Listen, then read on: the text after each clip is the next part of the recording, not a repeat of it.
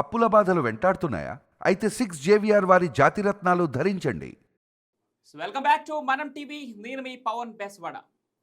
ఇప్పటికే తెలంగాణ రాజకీయాల్లో కవిత లేఖ ఎంత సంచలనం సృష్టించిందో అందరికీ తెలిసిన విషయమే. అయితే ఇప్పుడు తెలంగాణ ఎమ్మెల్సీ కవిత కాంగ్రెస్ పార్టీలో చేరబోతున్నారంటూ ఒక ప్రముఖ పత్రిక ఆంధ్రజ్యోతి ఒక సంచలన కథనాన్ని ప్రచురించడం జరిగింది.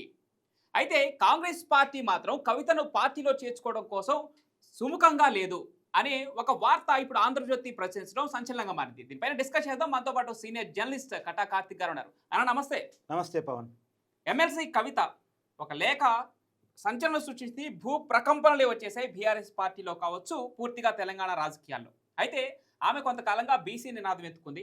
ఇప్పుడు కాంగ్రెస్ పార్టీలో చేరబోతుందంటూ ఊహాగానం నేపథ్యంలో ఆంధ్రజ్యోతి పత్రిక ఒక సంచలన కథనాన్ని ప్రచురించింది. కానీ కాంగ్రెస్ పార్టీ మాత్రం కవితను చేర్చుకోవడానికి సుముఖంగా లేదు. ఇప్పటికే ఢిల్లీ పర్యటనలో ఉన్న రేవంత్ రెడ్డి కావచ్చు, లేదంటే పిసిసి అధ్యక్షుడు కావచ్చు, వీరు ఆ మంతనాలు జరిపారని, కవితను ఇప్పుడు పార్టీలో చేసుకుంటే పార్టీకి నష్టం ఉంటుందని చెప్పేసి కొన్ని చర్చించినట్లు తెలుస్తోంది. ఎలా చూడాలి దీన్ని? ఎస్, కల్వకుంట్ల కవిత కేసీఆర్ మీద తిరుగుబాటు, బీఆర్ఎస్ పార్టీలో కేసీఆర్ కుటుంబంలో చిచ్చు. ఇప్పుడు కవిత కాంగ్రెస్ వైపు వెళ్తుందా, సొంత కుంపటి పెట్టుకుంటుందా? ఇది ఒక చర్చగా మారింది. ఇప్పుడు ఎవరు ఊహా కథనాలు వారు రాసుకుంటా ఉన్నారు. ఇప్పుడు ఇది కొంత ఊహా కథనమే. సరే, వాళ్ళకుండే సోర్స్ వాళ్ళకు ఉంటుంది. ఇప్పుడు ఎగ్జాంపుల్, ఆ లెటర్ మొట్టమొదటిగా మనకాడికే వచ్చింది. వచ్చినప్పుడు అది నిర్ధారించుకున్న తర్వాత కవితే ఎందుకంటే రాజకీయాల్లో ఏది నమ్మడానికి అంత ఈజీగా అవకాశం ఉంది. ఆమె పేరుతో లేఖ క్రియేట్ చేసి ఉండొచ్చు కాక. సో నిర్ధారించుకున్నాక మాట్లాడదాం అనుకున్న తర్వాత అది కాంగ్రెస్ పార్టీకి సంబంధించినటువంటి రేవంత్ రెడ్డి బంధువులు నడిపే ఛానల్లో ఫస్ట్ గా బ్రేకింగ్ గా పడింది. అంతకంటే ముందు కాంగ్రెస్ నాయకుడు సామా రామ్మోహన్ రెడ్డి ప్రెస్ మీట్ లో ఆ లేఖను ప్రస్తావించారు. అంటే కాంగ్రెస్ చేతికి ఆ లేఖ చేరింది. ఎవరు ఇవ్వాలి ఆ లేఖని? అయితే కవిత ఇవ్వాలి, లెటర్ రాసింది తనే కాబట్టి. లేదంటే కేసీఆర్ ఇవ్వాలి, లెటర్ అందుకున్నది ఆయన కాబట్టి. కేసీఆర్ కానీ కవిత కానీ వాళ్ళిద్దరి మధ్యగా ఉందిగా లెటర్. వాళ్ళ చేతుల్లో నుంచి లీక్ కావాలి కదా. కేసీఆర్ లీక్ చేయడు. లీక్ చేసిన బీఆర్ఎస్ పార్టీ వర్గాలకు, వాళ్ళ సోషల్ మీడియాకు, వాళ్ళ ఛానల్స్కు ఇస్తాడు. కాంగ్రెస్ పార్టీ అనుబంధ ఛానల్స్కి ఆ వ్యక్తులకి ఇవ్వడు కదా. అంటే కవితే ఆ లేఖను లీక్ చేసి ఉండొచ్చు. తనే లెటర్ రాసి తనే లీక్ చేసి, ఎందుకంటే తను లీక్ చేయడానికి దాంట్లో చాలా కారణాలు ఉన్నాయి. దాంట్లో తను ఎందుకు కేసీఆర్ను వ్యతిరేకిస్తున్నాను, కేసీఆర్ మొన్న వరంగల్లో జరిగిన సభలో ఉన్న నెగిటివ్స్ అని చెప్పే క్రమంలో తన పాజిటివ్స్ చెప్పుకుంది, కేసీఆర్ వదిలేసిన అస్త్రాలు చెప్పుకుంది. తను రాజకీయ కుంపటి గనక పెడితే ఎందుకు పెట్టాల్సి వస్తుందో అనేది ఆ లెటర్లో చాలా వివరాలు చెప్పింది. అంటే కేసీఆర్ బహుజన వాదాన్ని వదిలేశాడు, ఎస్సీ వర్గీకరణ గురించి మాట్లాడలేదు, బీసీ వాదం, బీసీ రిజర్వేషన్ గురించి మాట్లాడలేదు. అంటే ఎస్సీలంటే బీసీలంటే కేసీఆర్ బీఆర్ఎస్ మర్చిపోయింది అనే విషయాన్ని పొందుపరిచింది. అంటే అదే ఎజెండాగా రేపు వేరే పార్టీ పెట్టుకోవాలని. తన ఎజెండా ఎందుకు కేసీఆర్తో వ్యతిరేకించామంటే ఆస్తులు ఇవ్వలేదండి, నాకు పదవులు ఇవ్వలేదని చెప్పుకోకూడదు కదా. ఎందుకు వ్యతిరేకించాలో చెప్పుకోవడానికి ఆల్రెడీ రీజన్స్ ఆ లెటర్లో ఉన్నాయి. కేసీఆర్ మన జరిగిన సభలో బహుజన వాదాన్ని ఎత్తుకోలేదు, ఎస్సీ వర్గీకరణ మీద మాట్లాడలేదు, మాదిగలకి కాంగ్రెస్ ప్రభుత్వం చేస్తున్న సామాజిక న్యాయం మీద మాట్లాడలేదు. తర్వాత బీసీ రిజర్వేషన్లు ఏదైతే మొన్న ఏదైతే కుల సమీకరణ, కుల లెక్కలు జరిగాయి, కుల గణన జరిగిందో దాని ఆధారంగా 33% రిజర్వేషన్ ఇస్తామని కాంగ్రెస్ పార్టీ ప్రకటించిందో దాని మీద కేసీఆర్ తన వైఖరి ప్రకటించలేదు. రెండో అంశం, తెలంగాణ వాదాన్ని కేసీఆర్ వదిలేశాడు.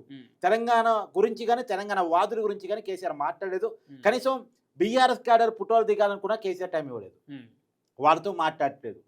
ఇంకోటి మూడో అంశం ఏంటంటే, కేసీఆర్ అపాయింట్మెంట్ ఆయన బిడ్డగా ఉన్న నాకే దొరకట్లేదు. ఇక మిగతా తెలంగాణ వాదులు, బీఆర్ఎస్ పార్టీ కార్యకర్తలు అది పక్కన పెట్టేస్తే అసలు నాకే దక్కట్లేదు, అందుకే లెటర్ రాస్తున్నాను. ఆ లెటర్ లో కూడా క్లియర్ గా పొందుపరుస్తుంది, డాడీ మీరు అందరిని కలిస్తే బాగుంటుంది. ఈవెన్ దో మీరు ఫోటోలు కూడా దిగలేదు అని ఆ అంశాన్ని కూడా క్లియర్ గా పొందుపరిచారు. నాలుగో అంశం, ఎవరైతే బీఆర్ఎస్ పార్టీ మీద నెగిటివ్ ప్రజల్లో రావడానికి కారకులైన వ్యక్తులు ఉన్నారు, వాళ్ళ చేతుల్లోనే ఇన్ఛార్జి పదవులు ఉన్నాయి. అంటే ఎమ్మెల్యే ఇన్ఛార్జీలు, గతంలో ఎమ్మెల్యేలుగా పనిచేసి బీఆర్ఎస్ పార్టీ వ్యతిరేకటానికి రావడానికి కారణమయ్యారు, ఇంకా వాళ్ళ చేతుల్లోనే ఇన్ఛార్జి పదవులు ఉన్నాయి. ఇప్పుడు ఎంపీటీసీ, జెడ్పీటీసీ ఎన్నికలు జరిగితే ఎవరు ఇవ్వాలి బీఫామ్స్? ఆ ఇన్ఛార్జీలు ఇస్తారు. వాళ్ళ చేతుల్లో ఉంటే పార్టీ సక్రమంగా నడవదు. వాళ్ళ మీద అవినీతి ఆరోపణలు ఉన్నాయి. సహజంగా కేసీఆర్ మీద బీఆర్ఎస్ క్యాడర్లో ప్రేమలు ఉన్నా అక్కడ ఉన్న లోకల్ లీడర్ల మీద చాలా వ్యతిరేకత ఉంటుంది. రేపు టికెట్ ఎంపీటీసీ జడ్పీటీసీ రానో లేవనుకుంటారు, కేసీఆర్కి ఇవ్వాలని ఉంటుంది మనకి. కేసీఆర్ మన గురించి తెలియదు, ఇక్కడ లోకల్ లీడరు మన ఆపుతున్నాడు, మన తొక్కేస్తున్నాడు అనే ఫీలింగ్ చాలా మంది ఉంటుంది కదా. ఆ ఫీలింగ్ ఉన్నందరినీ తను ఓన్ చేసుకోవాలి, కేసీఆర్తో డిజోన్ చేయాలి అని తన ప్రయత్నం. అంటే చాలా క్లియర్గా స్ట్రాటజికల్గా ఏ పాయింట్ పొందుపరిస్తే తనకు ప్లస్ అయింది, ఏ పాయింట్స్ పొందుపరిస్తే బీఆర్ఎస్కి కేసీఆర్కి నెగిటివ్ అయింది అనేది ఆలోచించుకొని చాలా స్ట్రాటజిక్గా ఆ లెటర్ రాసింది. ఆ లెటర్ని బయటకు లీక్ చేసింది. దాంట్లో నుంచే మనకి క్లియర్గా అర్థమైంది ఏంటంటే కవిత బీఆర్ఎస్ నుంచి విడిపోవటానికి లేదు, బార్గెనింగ్ చేసుకోవడానికి కనీసం. అంటే ఎందుకు లెటర్ రాస్తున్నాను పిలిపించి మాట్లాడతారుగా, మాట్లాడినప్పుడు నాకు ఇది కావాలని పార్టీలో అడుక్కోవచ్చు కదా. ఎందుకు అంటే దీని వెనకాల ఉన్న నేపథ్యం ఏంటంటే ఇప్పుడు కేసీఆర్ నెక్స్ట్ లెవెల్ లీడర్షిప్ను పార్టీలో ప్రమోట్ చేయాలని చూస్తున్నాడు. తను యాక్టివ్గా ఉన్నప్పుడే బీఆర్ఎస్ అధ్యక్ష బాధ్యతలు కేటీఆర్ చేతుల్లో పెట్టారని, ఎల్ఓపీని హరీష్ రావు చేతుల్లో పెట్టారని. ఎందుకంటే సహజంగా కేటీఆర్ చేతిలో బాధ్యతలు పెడుతున్నారు అనేసరికి ఇంకెవరి పేరు గుర్తొస్తుంది బీఆర్ఎస్లో? హరీష్ రావు పేరు గుర్తొస్తుంది. హరీష్ రావు సీనియరు, మొదటి నుంచి ఉద్యమంలో ఉన్నాడు కేసీఆర్తో పాటు, మాస్ లీడరు, సమర్థవంతమైన నాయకుడు.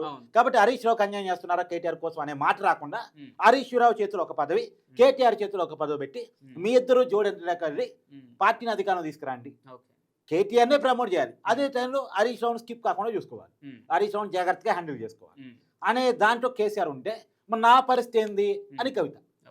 ఇప్పుడు కవిత మోస్ట్లీ అడుగుతుంది మనకున్న సమాచారం మేరకు బీఆర్ఎస్ పార్టీ వర్కింగ్ ప్రెసిడెంట్ అడుగుతుంది. అది ఇవ్వలేవు అనేటువంటిది పార్టీ చెప్తుంది. ఎందుకు? ఇప్పటికే కేటీఆర్కి అధ్యక్ష బాధ్యతలు ఇచ్చి ఎల్ఓపి హరీష్ రావు చేతుల్లో పెడితే మీ కుటుంబానికి అన్ని పదవులా అంటారు. ఇప్పుడు కవితకు కూడా వర్కింగ్ ప్రెసిడెంట్ ఇచ్చారనుకో మొత్తం కుటుంబం మంచుకుంది. అంటే ఇప్పుడు కేసీఆర్ మీద వ్యతిరేకత రావటానికే కారణం ఆ కుటుంబం, కుటుంబ పాలన నడుస్తుంది, ఆ కుటుంబమే పదవులన్నీ పంచుకుంది. తెలంగాణలో ఉన్న ఉద్యమకారులు ఉద్యోగాలు రాలేదు, ప్రజలకు ఉద్యోగాలు రాలేదు, యువకులకు ఉద్యోగాలు రాలేదు. కానీ కేసీఆర్ కుటుంబంలో అందరికీ ఉద్యోగాలు వచ్చాయి. ఇదేగా రేవంత్ రెడ్డి చెప్పింది, ఇదేగా బండి సంజయ్ చెప్పింది, ఇదేగా తెలంగాణ సమాజం నమ్మింది. మన కేసీఆర్ ఓడిపోవడానికి కారణమైంది. కాబట్టి మళ్ళీ అదే విమర్శ కేసీఆర్ మీద వస్తే ఇప్పటికీ ఆ ఇద్దరికి తప్పదు కాబట్టి ఇద్దాము, నువ్వు హోల్డ్లో ఉండు అని చెప్పేసి కేసీఆర్ చెప్తాడు. అయితే కవిత ఏమంటది, నేను హోల్డ్లో ఉండను, నాకేంటి అని అంటది. కానీ హోల్డ్లో ఉండను అది చెప్తాను. ఇప్పుడు కవిత కొన్ని ఆప్షన్స్ అయితే బీజేపీలో చేరటం, లేదు కాంగ్రెస్లో చేరటం, లేదు 3 సొంత కొంపడి పెట్టుకోవటం. బీజేపీలో చేరదు అని మన లెటర్లో చాలా క్లియర్ చెప్పింది. మీరు బీజేపీని విమర్శించలేదు, బీజేపీ బీఆర్ఎస్ ఒకటే అని ప్రజలు అనుకుంటున్నారు. బాధపడ్డాను కదా బీజేపీ వల్ల, నేను బాధపడ్డాను కదా బీజేపీ వల్ల, మీరు బీజేపీని విమర్శించట్లేదు. అందులో ఇంకోటి కూడా చెప్పింది, మీరు మైనార్టీల గురించి మాట్లాడలేదు, ఉర్దూలో మాట్లాడలేదు. అంటే మైనార్టీని కూడా తను ఓన్ చేసుకుని కేసీఆర్ డిజైన్ చేయాలని ప్రయత్నం. బీజేపీలో లేదు, ఆప్షన్ క్లోజ్. ఇంకొండి సొంత కుంపటి లేదా కాంగ్రెస్ ఛానల్కి లీక్ చేశారు కాబట్టి, కాంగ్రెస్ వ్యక్తికి లీక్ చేశారు కాబట్టి కాంగ్రెస్ తో కవిత టచ్ లో ఉన్నారు, రేవంత్ రెడ్డితో టచ్ లో ఉండొచ్చు అని ఒక అనుమానం కలుగుతూ ఉంటుంది. సహజంగా ఎవరికైనా కలిగింది. తర్వాత ఈ కాంగ్రెస్ పెద్దలు ఢిల్లీ వెళ్ళారు. 1 మంత్రివర్గ కూర్పు, 2 పిసిసి కార్యవర్గం. సహజంగా వెళ్ళినప్పుడు ఢిల్లీ పెద్ద దగ్గర తెలంగాణ రాజకీయ చర్చకు వచ్చినప్పుడు కవిత అంశం కూడా సహజంగా చర్చకు వస్తుంది. మనం పిలిస్తే రావచ్చు, రావడానికి స్కోప్ ఉంది, మనతో టచ్ లో ఉంటే టచ్ లో ఉంది అని చెప్తారు కదా అధిష్టానానికి. చెప్పినప్పుడు తీసుకోవాలా వద్దా అనుకున్నప్పుడు తీసుకోకపోవటం మంచిది అని కాంగ్రెస్ పెద్దలు చెప్పారు. ఎందుకు తీసుకోకపోవటం మంచిది అంటే ఆమె కనుక కాంగ్రెస్లోకి వస్తే కేసీఆర్ కుటుంబంలో చిచ్చుకు కారణం కాంగ్రెసే, రేవంత్ రెడ్డి అనేది బయటకు వెళ్ళిపోతుంది. అసలుకే ఇప్పటికీ కాంగ్రెస్ ప్రభుత్వం మీద వ్యతిరేకత వస్తుంది, కేసీఆర్ మీద సానుభూతి వస్తుంది. సానుభూతిగా తన రాజకీయ పరిస్థితులు మార్చుకోవడం కేసీఆర్కి మించిన తట్టి ఇంకెవడూ లేడు తెలంగాణ రాజకీయాలు. నెగిటివ్ను కూడా తనకు అనుకూలంగా మార్చుకుంటాడు, పాజిటివ్గా మార్చుకుంటాడు. సో నా కుటుంబాన్ని కూడా చేర్చింది కాంగ్రెస్, ప్రజలకు ఇచ్చిన హామీని నెరవేర్చలేకపోయింది.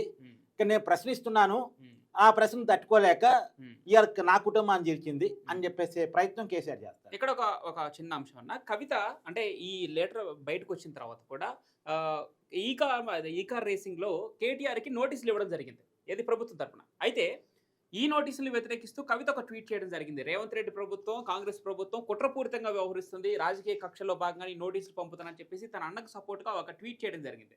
మరి ఈ ట్వీట్ని ఎలా చూడాలి? కాంగ్రెస్లో చేరబోతుందా కవిత అన్న క్వశ్చన్కి దాన్ని ఎలా లింక్ చేద్దాం? అంటే దానికి కూడా లాజిక్ ఉంది. ఏంటంటే ఇప్పుడు మొన్న నుంచి వార్తలు వస్తున్నాయి, కవిత కేసీఆర్ రేవంత్ రెడ్డితో టచ్ లో ఉంది, రేవంత్ రెడ్డి కోవట్టుని కేటీఆర్ అన్నాడు ఏకంగా. అంటే కవిత పేరు ఉచ్చరించుకుంటానే మా పార్టీలో రేవంత్ రెడ్డి కోవట్టు ఉంటే ఉండొచ్చు అని ఇండైరెక్ట్ గా కవితను ముందు కాలంలో త్వరగా వాళ్ళంతా బయటకు వస్తారని చెప్పి అన్నాడు కదా. అన్నప్పుడు తనను డిఫెండ్ చేసుకోవాలని నేను కాంగ్రెస్ టచ్ లో లేను.